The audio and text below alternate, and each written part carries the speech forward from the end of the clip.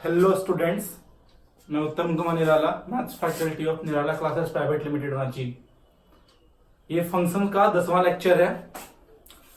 पता है 9वां लेक्चर में हम लोगों ने फंक्शंस के one one, many one, onto, into और बाइजेक्टिविटी के बारे में चर्चा किया था। आज मैं आपको one one, many one, onto, into और बाइजेक्टिविटी को लेके ही आगे बढ़ूंगा। बोर्ड में किस तरह के प्रॉब्लम्स आते हैं, आईटी मेंस में किस तरह के क्वेश्चंस आते हैं, आईटी एडवांस में किस तरह के क्वेश्चंस आते हैं, उसको लेके मैं डील करूंगा। ओके, तो आज का क्लास हम स्टार्ट करते हैं प्रॉब्लम के साथ। ठीक है, चलिए। आपके पास एक प्रॉब्लम है। f इज डिफाइंड फ्रॉम 0 से infinity to 0 to infinity. fx is equal to x upon 1 plus x. ठीक है, डिस्कस मुझे ये करना है कि ये फंक्शन वन वन है, मिनी वन है, ऑन टू है, इन टू है। ठीक है, तो हम कैसे डिस्कस करेंगे। मैंने आपको पहले वन वन और मिनी वन के बारे में बताया था। वन वन का मतलब होता था डिस्टिंक्ट एलिमेंट है डिस्टिंक्ट इमेज, और मैंने एक मेथड भी बताया था कि डोमेन से मैं दो एलिमेंट उठा लूंगा और जिसके लिए f of x1 is equal to f of x2 अगर करते हैं तो x1 इक्वल टू x2 आना चाहिए। अगर ऐसा आ गया तो फंक्शन वन वन होगा। तो पहले हम वन वन और मिनिमम बिहेवियर पे बात करते हैं। पहले कैलकुलेट कर लिए f of x1 that is equal to x1 upon 1 plus x1, और फिर कैलकुलेट कर लिए f ऑफ x2 और that is equal to x2 upon 1 plus x2। दोनों को इक्वेट कर दो। तुम जैसे दोनों को इक्वेट करोगे तो x1 upon 1 plus x1 is equal to x2 upon 1 plus x2। ध्यान से देखिएगा, क्रॉस मल्टीप्लाई कर रहे हैं। ये हो गया आपका x1 प्लस x1 x2 और ये हो गया x2 प्लस x1 x2। देखिए तो x1 x2 से x1 x2 कैंसिल हो गया आपका। तो यहां से क्या आपका आ गया x1 is equal to x2। सिर्फ x1 इक्वल टू x2 आया। तो बताओ अगर x1 is equal to x2 आएगा तो फंक्शन किस बिहेवियर का होगा, वन वन बिहेवियर का होगा। ये फंक्शन वन वन बिहेवियर का है, और वन वन होने का मतलब क्या बताए थे, इंजेक्टिव। क्या बताए थे, इंजेक्टिव। वन वन बोलो चाहे इंजेक्टिव बोलो, तो ये फंक्शन हो गया इंजेक्टिव। अब थोड़ा सा हम फंक्शन की सर्जेक्टिविटी की बात करते हैं। सर्जेक्टिव का मतलब होता है सर ऑन टू फंक्शन। तो ऑन टू का मतलब क्या बताए थे कि codomain is equal to range. अगर कोडोमेन रेंज के इक्वल होगा तो ऑन टू फंक्शन होगा, और अगर कोई भी फंक्शन वन वन और ऑन टू दोनों हो जाए तो उसको बोलेंगे बाइजेक्टिव फंक्शन। तो चलिए अब मैं एक काम करता हूं कि इसी पार्टिकुलर फंक्शन के लिए मैं ऑन टू और इन टू बिहेवियर को लेकर डिस्कस करता हूं कि फंक्शंस का ऑन टू और इन टू बिहेवियर कैसे चेक करेंगे। तो एक काम करते हैं, सबसे पहले मैं इसका रेंज निकाल देता हूं कि जो fx is equal to x upon 1 plus x का थोड़ा मैं रेंज निकाल देता हूं। अब स्टूडेंट्स आपके मन में एक सवाल उठ रहा होगा कि ये लिनियर बाय लिनियर का फंक्शन है, और आपने ही बताया था सर कि लिनियर बाय लिनियर फंक्शन का रेंज निकालने का शॉर्टकट तरीका होता था all real number except coefficient of x बटा coefficient of x। But student ये काम यहां नहीं कर सकते हम। ऐसा क्यों नहीं कर सकते, क्योंकि इसका जो एग्जैक्ट डोमेन है वो होगा ऑल रियल नंबर एक्सेप्ट -1। तो क्या डोमेन में ऑल रियल नंबर एक्सेप्ट -1 दिया हुआ है क्या? नो सर, डोमेन को मैंने फिक्स कर दिया। तो डोमेन पुट करने पे रेंज जो आएगा वही तो वैल्यू होगा ना। तो मुझे इसका रेंज निकालना होगा। तो कैसे निकालेंगे, y is equal to x बटा 1 प्लस एक्स, क्रॉस मल्टीप्लाई कर लो। तो y plus x y is equal to x, इसको इधर ले आओ। तो x y minus x is equal to minus y, x common ले लिए, ये हो गया y minus 1 is equal to minus y. तो यहां से x इज इक्वल टू आ गया माइनस वाई बटा वाई माइनस 1। यहां तक हम पहुंच गए। रेंज का मतलब क्या होता है, रेंज का मतलब होता है y का वैल्यू कि y क्या क्या आएगा। अब तुम खुद से कॉमन सा सेंस लगाओ। डोमेन है मेरा 0 से इंफिनिटी, दैट मींस 0 से इंफिनिटी कहने का मतलब क्या हुआ, x इज ग्रेटर देन और इक्वल टू 0। तो अप्लाई कर दो x इज ग्रेटर देन और इक्वल टू 0, मतलब माइनस वाई बटा वाई माइनस 1 ग्रेटर देन और इक्वल टू 0। इनइक्वालिटी का साइन चेंज कर दो, मतलब y बटा y minus 1 less than equal to 0। और इस इनइक्वालिटी को तुम खेलोगे तो i बिलोंग्स टू कहां से कहां तक, 0 से लेकर 1 तक। 0 पे क्लोज बट 1 पे ओपन। ये मेरा रेंज आ गया सर। अब तुम ध्यान से फिल करो कि इसका रेंज है 0 से 1 तक और कोडोमेन है 0 से इंफिनिटी तक। तो क्या कोडोमेन और रेंज सेम सेम दिख रहा है क्या? No sir, codomain not equal to range. तो codomain not equal to range मतलब ये फंक्शन कैसा फंक्शन हो गया, इनटू फंक्शन हो गया। मतलब वन वन है बट ऑन टू नहीं है। मतलब इसका अगर कोई ऑप्शन देंगे तो क्या लिखेंगे, इंजेक्टिव बट नॉट सर्जेक्टिव। इस तरह से हम फंक्शंस का वन वन और मिनी वन बिहेवियर के बारे में डिस्कस कर सकते हैं। एक और एग्जांपल लेके चलते हैं। देखो ये क्वेश्चन को पूछा गया था 2017 के मेन में और फिर रिपीट किया गया था 11 जनवरी 2019 के मेन में भी। क्वेश्चन क्या था समझो।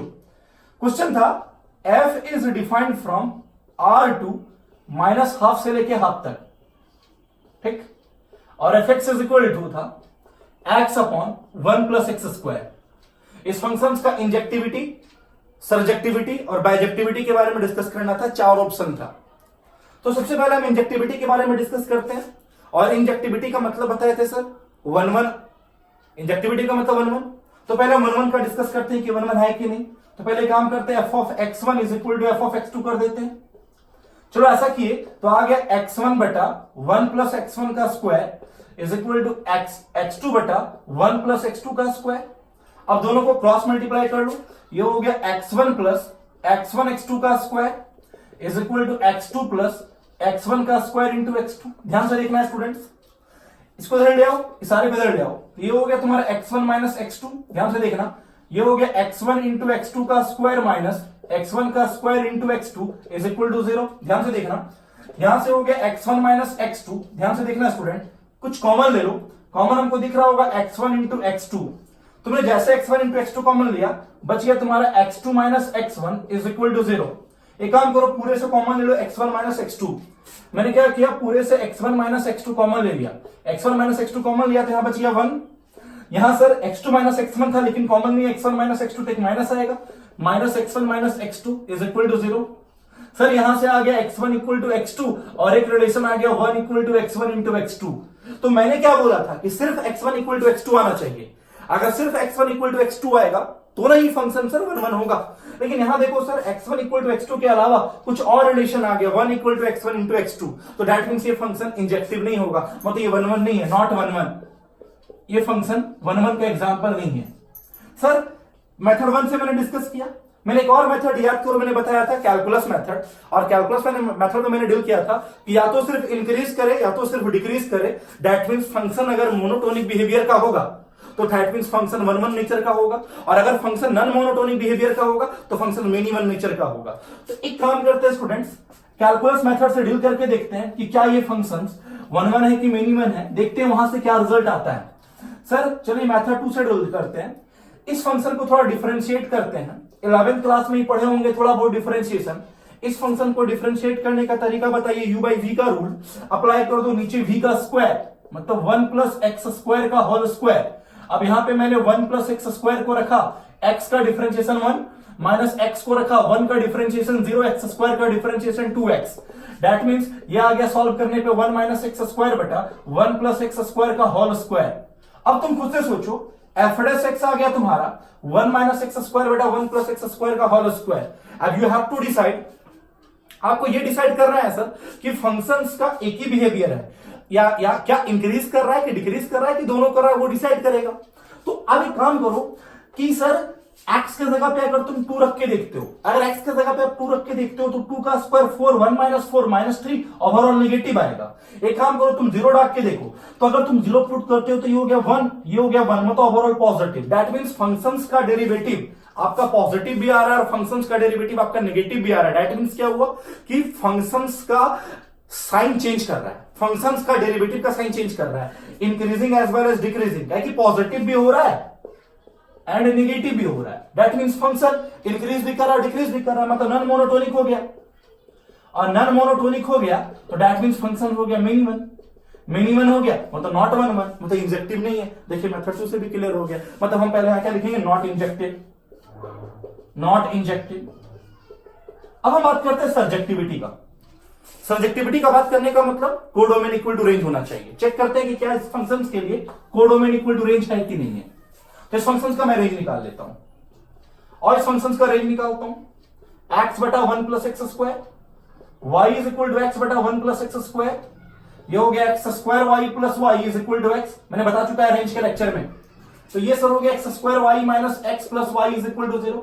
अब ध्यान से देखो, इस फंक्शंस का डोमेन देखोगे तो इस फंक्शंस का डोमेन है x belongs to all real number. देखो लिखा हुआ भी domain x belongs to all real number है कि आप कुछ भी डालोगे फंक्शंस कभी इंफिनिटी नहीं होगा।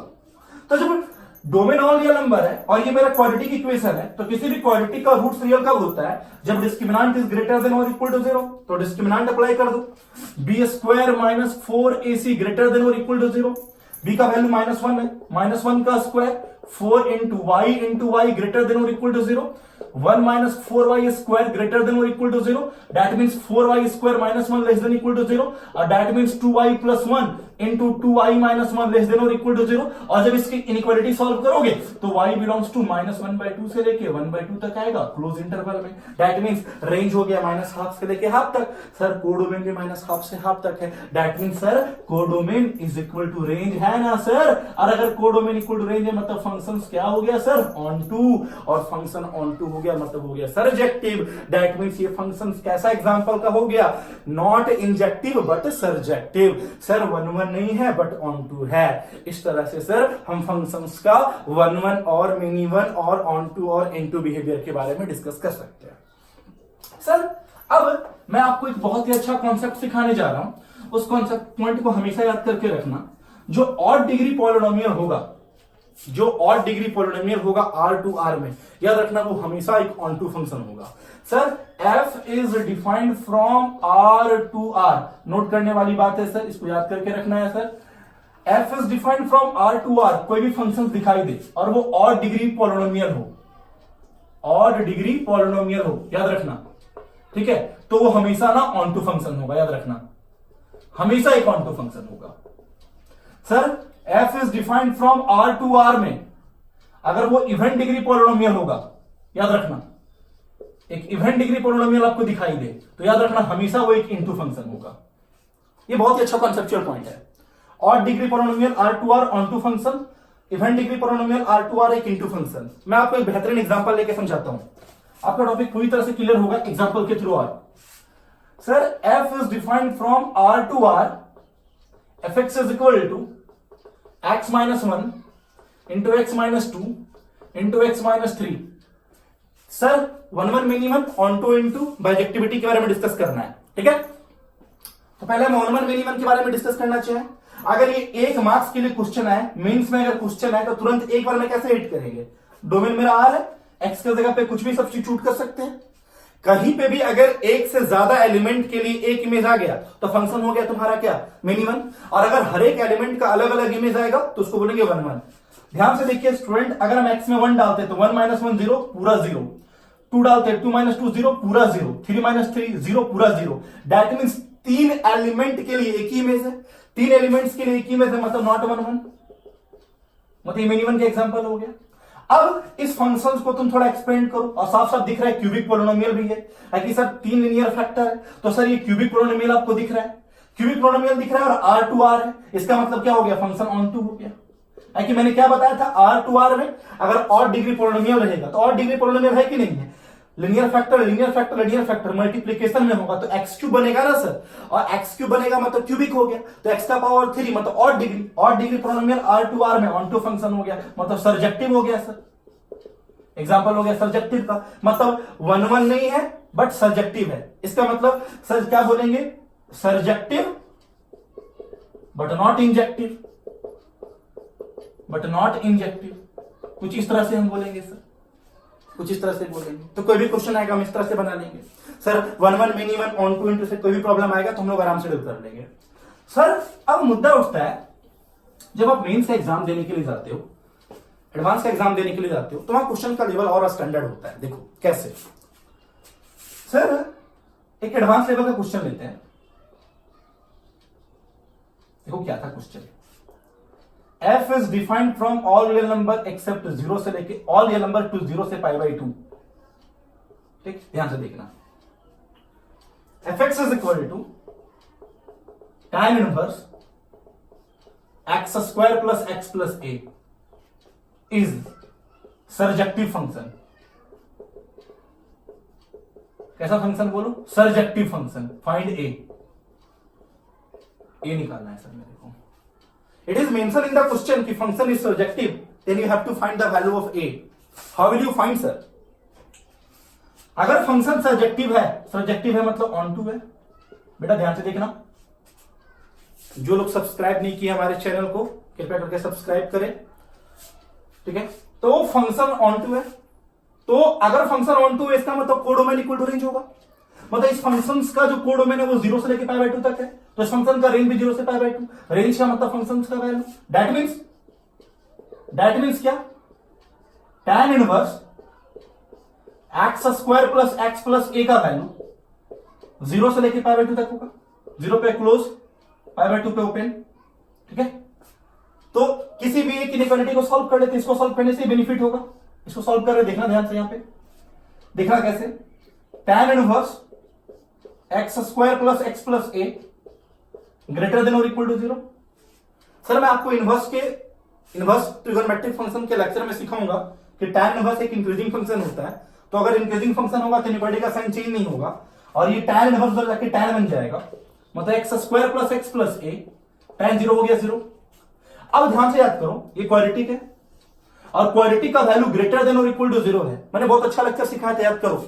मैंने क्वाड्रेटिक से रिलेटेड एक बहुत अच्छा 6 पॉइंट लिखवाया था कि क्वाड्रेटिक ऑलवेज पॉजिटिव है। तो किसी भी क्वाड्रेटिक ऑलवेज पॉजिटिव कब होगा, जब ग्राफ एक्स एक्सिस के पूरा ऊपर।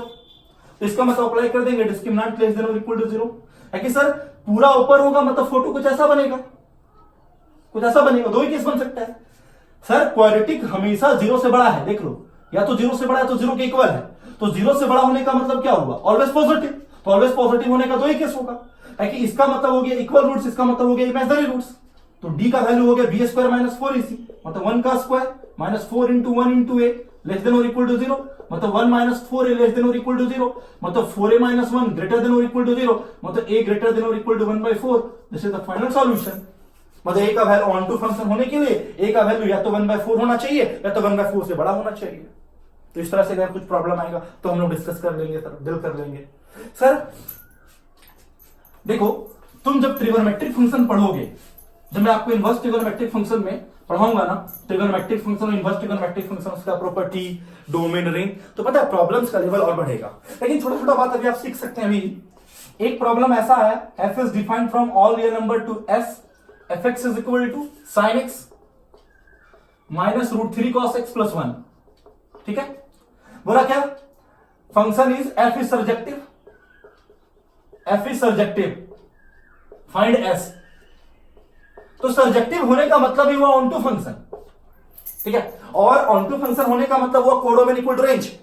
मतलब इस फंक्शन का जो रेंज होगा वही कोडोमेन होगा, और वही कोडोमेन होगा मतलब वही एस इंटरवल हो जाएगा। तो सबसे पहला बात, इस फंक्शन का हम रेंज निकालेंगे कैसे। तो हमारे जो एडमिटेड स्टूडेंट्स हैं, याद करो मैंने 11th क्लास के पोर्शन में मैंने सिखाया था कि a cos x plus b sin x का जो रेंज होता है वो होता है minus times of √a square plus b square से लेके √a square plus b square.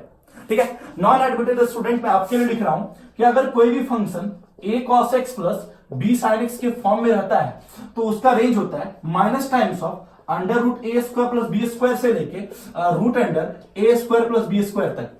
तो ध्यान से देखो, तो fx is equal to sin x minus √3 cos x को पहले हम a cos x plus b sin x के फॉर्म में बना लेते हैं। तो बना लेते हैं सर, सजा के लिख लेते हैं, माइनस √3 cos x और plus sin x greater than और equal to minus times of √a square plus b square. a का वैल्यू माइनस √3 का स्क्वायर 3 और b का वैल्यू छिपा हुआ 1 से लेके √3 प्लस 1, तो ये कुछ हो गया minus √3 cos x plus sin x greater than और इक्वल टू -2, और ये हो गया तुम्हारा 2, और उसमें हम लोग 1 जोड़ रहे हैं तो 1 जोड़ दो, minus √3 cos x plus sin x plus 1 greater than और इक्वल टू, ये हो गया -1 और ये हो गया तुम्हारा 3। दैट मीन्स इस फंक्शन का रेंज आ गया -1 से लेके कहां तक, बोलो 3 तक। तो -1 से लेके 3 तक रेंज आ गया, -1 से लेके 3 तक। तो वही तो कोडोमेन हो जाएगा, ताकि फंक्शन ऑन टू है, और ऑन टू होने का मतलब कोडोमेन इक्वल टू रेंज, और यहाँ कोडोमेन एस के इक्वल है, तो कोडोमेन एस के इक्वल है, मतलब एस का इंटरवल आ गया -1 से लेके 3 तक, -1 से लेके 3 तक। तो इस तरह से पहली प्रॉब्लम आएगा हम लोग का 1 मेनी 1 ऑन टू इनटू बाइजेक्टिविटी में, तो हम लोग डील कर लेंगे सर आराम से। स्कूल्स के एग्जाम में क्या करना है ये भी सुन लो। स्कूल्स के एग्जाम में अगर कोई क्वेश्चन आता है, you have to proof that the function is bijective, तो पहले आप वही मेथड अप्लाई करो, f of x1 is equal to f of x2 implies x1 equal to x2 ला दो। अगर वो आ गया तो इसका मतलब हो गया 1 फंक्शन। और अगर आपको ऑन टू इनटू चेक करना है तो दिखा दो कोडोमेन इक्वल टू रेंज। अगर कोडोमेन इक्वल टू रेंज आप शो कर दोगे तो that means function onto हो गया, और जो फंक्शन 1 1 ऑन टू दोनों हो गया मतलब फंक्शन बाइजेक्टिव हो गया। ऐसा करके डिस्कस करते हैं सर। तो हम इस लेक्चर में फंक्शंस के बाइजेक्टिविटी के नेचर के बारे में डिस्कस किए। आज के लिए यहीं तक, ठीक है। अगले लेक्चर में आपको और प्रॉब्लम लेके डील करूंगा और टॉपिक को लेके आगे बढ़ाऊंगा ऑड एंड इवन फंक्शन।